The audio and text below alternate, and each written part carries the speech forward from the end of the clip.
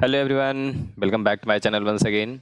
तो यहाँ पे हम लोग बात करने वाले हैं लीड कोड वीकली कॉन्टेस्ट 350 का सेकंड प्रॉब्लम का डिस्कशन। एंड ये क्वेश्चन लाइक लॉजिक वाइज आपको जितना भी टफ लगे या कुछ भी, बट अगर आप कोड सेक्शन पे जाओगे तो इसका कोड बहुत ही सिंपल, बहुत ही छोटा सा कोड है इसका। ठीक है, तो हम लोग क्वेश्चन को डिस्कस करते हैं। तो क्वेश्चन पे जंप करते हैं। क्वेश्चन क्या बोल रहा है पहले वो समझो। क्वेश्चन ये बोल रहा है कि आपके पास एक नम्स नाम का एरे है। ठीक है, ये नम्स नाम का एरे है और इसको करना है आपको दो पार्ट में डिवाइड। नम्स 1 एंड नम्स 2 में आपको कर देना है इसको डिवाइड। मतलब इसके कुछ एलिमेंट नम्स 1 में होंगे और कुछ एलिमेंट नम्स 2 में होंगे। कोई भी ये जो पार्टीशन है, कोई भी पार्ट एम्प्टी नहीं होना चाहिए। Both arrays are non empty. ठीक है, और एक एलिमेंट दोनों एरे में भी नहीं होना चाहिए। तो एक एलिमेंट एग्जैक्टली एक ही पार्ट का पार्ट होगा, नम्स 1 का हो या नम्स 2 का हो। आपको क्या करना है, एक वैल्यू इसने डिफाइन किया है। जिस जो पार्टीशन कर रहे हो तो उसकी एक वैल्यू डिफाइन की गया और वो वैल्यू ये कहता है कि नम्स 1 का जो मैक्सिमम है और नम्स 2 का जो मिनिमम है, इनका एब्सोल्यूट डिफरेंस, डिफरेंस नहीं एब्सोल्यूट डिफरेंस, तो ये है max of nums 1 minus mean of nums 2, और इसका एब्सोल्यूट पार्ट है। एब्सोल्यूट पार्ट की बात हो रही है यहाँ पे। ठीक है, बस यही आपका सवाल है। और इसको क्या करना है, इस वैल्यू को, जो पार्टीशन की जो वैल्यू है, ठीक है, जो हम कैलकुलेट कर रहे हैं मैक्स माइनस मीन वाला, ये इसको आपको जितना कम हो सके उतना कम करना है, मिनिमम की तरफ इसको ले जाना। ठीक है, थोड़ा सा इसके कंस्टेंट को भी देख लेते हैं। कंस्टेंट इसमें 10⁵ और नम्स आई 10⁹ है। तो अगर आप डेटा टाइप की बात कर रहे हो तो इंटीजर डेटा टाइप में आपका वैल्यू स्टोर हो जाएगी। साथ ही साथ टाइम कॉम्प्लेक्सिटी की अगर हम बात करें तो 10⁵ रेंज है, तो आप n log n से ज़्यादा नहीं जा सकते। ठीक है, n log n। अब इसके लिए देखो, आप डायरेक्ट ऐसे कैलकुलेट नहीं कर पा रहे हो तो मैं एक वीडियो ऑलरेडी बना चुका हूँ जहाँ पे हम लोगों ने डिस्कस किया है कैसे कैलकुलेट करते हैं। तो उस वीडियो को आप थोड़ा देखो, बार बार थोड़ी प्रैक्टिस करो, आपको चीज़ें सही हो जाएगी। ठीक है, उसका लिंक मैं ऊपर आपको आई बटन पे दे देता हूँ। ओके, तो वहाँ पे आप देख लेना, ऐड अपना जो है वो, अगर डाउट रहे तो वहाँ पे पूछ लेना। चलो, तो क्वेश्चन क्या कह रहा है कि हमारा जो नम्स 1 का maximum minus mean of nums 2 जो है, इसको मुझे करना है जितना कम हो सके उतना। पहले से इक्वेशन को समझो। इस इक्वेशन की थोड़ी सी जो बोलते हैं ना बारीकी, उसको समझोगे तो क्वेश्चन खत्म। मैं इक्वेशन फिर से लिख रहा हूँ यहाँ पे और इसको थोड़ा हाइड करते हैं। मैक्स ऑफ नम्स 1, ठीक है, minus mean of nums 2, sorry nums 2। अब इस चीज़ का ध्यान देना, अगर मैं मीन ऑफ नम्स 2 बोल रहा हूँ, ठीक है, अगर मैं एक एरे ले रहा हूँ 1 3 2 4, आई थिंक ये फर्स्ट वाला जो आपका एग्जाम्पल है 1 3 2 4। अब हम पूरा का पूरा, लेट सपोज अभी थोड़ा देर के लिए हम ये भूल जाते हैं कि नम्स 1 और नम्स 2 एम्प्टी हमें नहीं रखना, उस चीज़ को हम भूल जाते हैं, हम मानते हैं कि नम्स 1 हमारा है ही नहीं। अगर लेट सपोज इस चीज़ को हम उठाए नम्स 2 में रख दिए पूरा का पूरा एज इट इज़, तो क्या होगा, ये मीन बेसिकली ये जो वैल्यू होगा इसमें क्या असर करेगा। तो अब समझो, अगर 1 2 3 4 रखा, ठीक है, तो भी इसकी वैल्यू जो है वो यहाँ पर से जो मिल निकल के आएगी वो 1 आएगी। अगर हम 1 3 2 रखें, इस 4 को हटा दें तो भी 1 ही आएगी, राइट। 1 2 को रखें, 3 को यहाँ पे हटा रहे हैं फिर भी 1 ही आएगी। अकेले सिर्फ 1 को रखें तो भी इसकी वैल्यू 1 आएगी। समझ रहे हो मतलब क्या कहना चाह रहा हूँ मैं। इसमें मीन ऑफ नम्स 2 जब हम कैलकुलेट कर रहे हैं तो मतलब ये हो रहा है कि जो मीन की से बड़ी वैल्यू है ना, उस वैल्यू की कोई मतलब ही नहीं। उस वैल्यू हो या ना हो पार्ट में होने का मतलब, या तो ओरिजिनल एरे में ना हो, कोई फर्क नहीं पड़ेगा। समझ रहे हो, इसमें सिर्फ एक मिनिमम जो वैल्यू है, जैसे कि 1 है, सिर्फ इसी की बात हो रही है, इससे रिलेटेड ही कुछ हो रहा है। बाकी सारी वैल्यू का होना और ना होना कोई मायने नहीं रखता। ठीक, तो उस केस के लिए, क्योंकि मुझे इस चीज़ के लिए मिनिमम चाहिए, तो मैंने क्या किया, मिनिमम मैंने पूरे एरे रख लिया। मैंने कहा कि चलो ठीक है, बाकी सारी वैल्यू को ख़त्म कर देंगे, तो मैंने पूरे एरे रख लिया यहाँ पे 1 3 2 4। बट उसके साथ आपको प्रॉब्लम ये है कि इसको आप एम्प्टी रख दिया, आपको इसको एम्प्टी नहीं रखना। तो मैं बोलूँगा क्या कि 1 3 2 4, अब एक एक करके मैं सोचूंगा कि अगर मैंने यहाँ से 1 हटा दिया तो क्या फ़र्क पड़ेगा।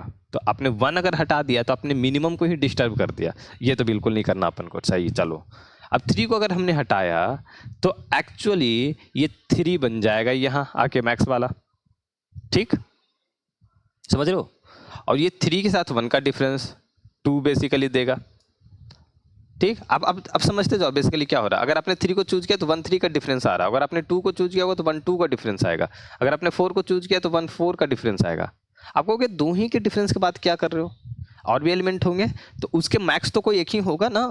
मैक्स में बात कर रहा हूँ कि उसका मैक्स अगर 4 होता है, ये 2 होता है, ये 3 होता, तो बाकी उससे कम वाले वैल्यू फिर वहाँ पे वो एक्सक्लूड हो रहा है, उसकी मतलब नहीं है।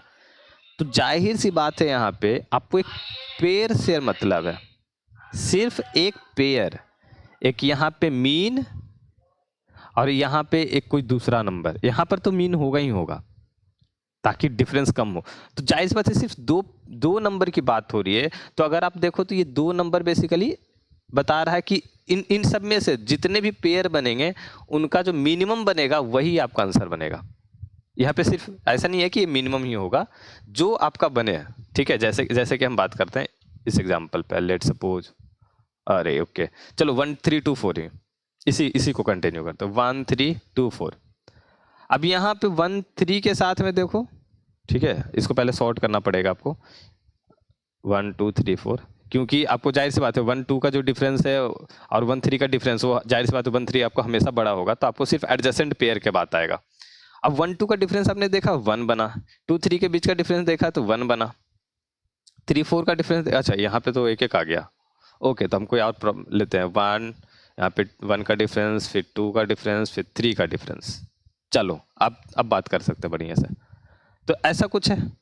अब हम क्या कर रहे हैं, हमने पेयर ऐसे डिवाइड किया, हमने बोला कि एक साइड में तो 1 रखना ही है, इस साइड में 2 रखना है, ठीक, ये पार्ट बाई पार्ट डिवीजन है। अब बट मैंने क्या किया, अब मैंने देखा कि 2 के बाद 1 2 मैंने एक ये पेयर हमेशा मिनिमम दे रहा था, तो मैंने इस पेयर का एक एलिमेंट मिनिमम वाला इधर रख दिया, बड़ा वाला इधर रख दिया, ताकि ये मैक्स इधर काम करे और मीन इधर काम करे, ठीक। अब जो बचे एलिमेंट हैं मुझे उनको सेट करना है। अब मुझे पता है कि इस एरे में इससे बड़े जितने एलिमेंट हैं वो सब एक्सक्लूड हो जाएंगे, तो मैंने सब को उठाया यहाँ से और यहाँ ऐड कर दिया 1 4 7। अब मैं फलाना ढिमकाना कुछ भी यहाँ पे ऐड करूँ, चाहे वो क्यों ना इन्फिनिटी ऐड कर दूँ, ये यहाँ से वैल्यू 1 ही देगा और ये यहाँ पे ये 2 ही रहेगा, ठीक है। तो ये बस आपको ये सेट करना और ये आपका जो मिनिमम डिफरेंस है वो आपको प्रिंट कर देना ऐसा। तो आपका प्रॉब्लम स्टेटमेंट देखो कहाँ से कहाँ पे ब्रेक डाउन हुआ। आपको फाइनली क्या करना है, तो एडजेसेंट पेयर, ठीक है, एडजेसेंट पेयर का डिफरेंस आपको लेना है और उसका जो मीनी होगा उसको आपको प्रिंट कर देना, रिटर्न करना है फंक्शन को, ये काम है। और इसको आप ये देखिए तो क्वेश्चन में किस तरीके से अलग ढंग से पूछा गया, ठीक है। तो ये है यहाँ पे क्वेश्चन रिप्रेजेंटेशन, और आपको जो एनालिसिस करना है, ब्रेक डाउन करना है चीज़ों को, वो इस तरीके से आपको करना।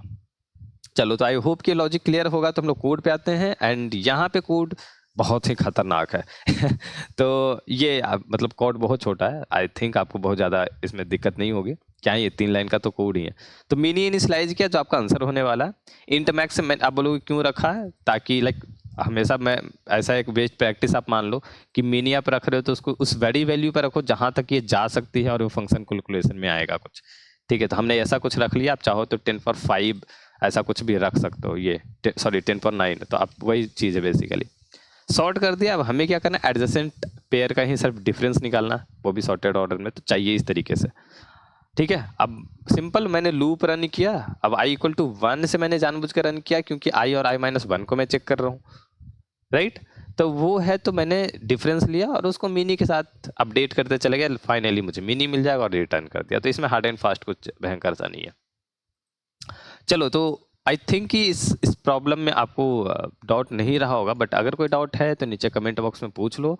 चाहो तो नीचे डिस्कॉर्ड सर्वर का लिंक जो है उस पर भी ऐड करके आप अपने को वहाँ पे डिस्कस कर सकते हो, और अगर कुछ डाउट रहा तो और डिफरेंट प्रॉब्लम से रिलेटेड भी हम लोग बात कर सकते हैं वहाँ पे। ठीक है। साथ ही साथ आप एक्सप्लोर करना binarymagic.in जो ब्लॉग साइट है मेरा, वहाँ पे एक्सप्लोर करना। रिसेंटली हम लोगों ने स्टार्ट किया यहाँ पे CSCS के जितने भी सॉर्टिंग एंड सर्चिंग का जो प्रॉब्लम है उसको मैं अभी कवर अप कर रहा हूँ। वीडियो ऑलरेडी चैनल पे है, बट इसके ब्लॉग्स जो है आपको एक डिफरेंट अप्रोच के साथ आपको जो है वो यहाँ पे मिल जाएगा, तो आप इसको रीड आउट कर सकते हैं। एंड इसकी लिंक आपको नीचे डिस्क्रिप्शन बॉक्स में मिल जाएगी। ठीक है, तो मिलते हैं अगली वीडियो में। Till now, bye bye.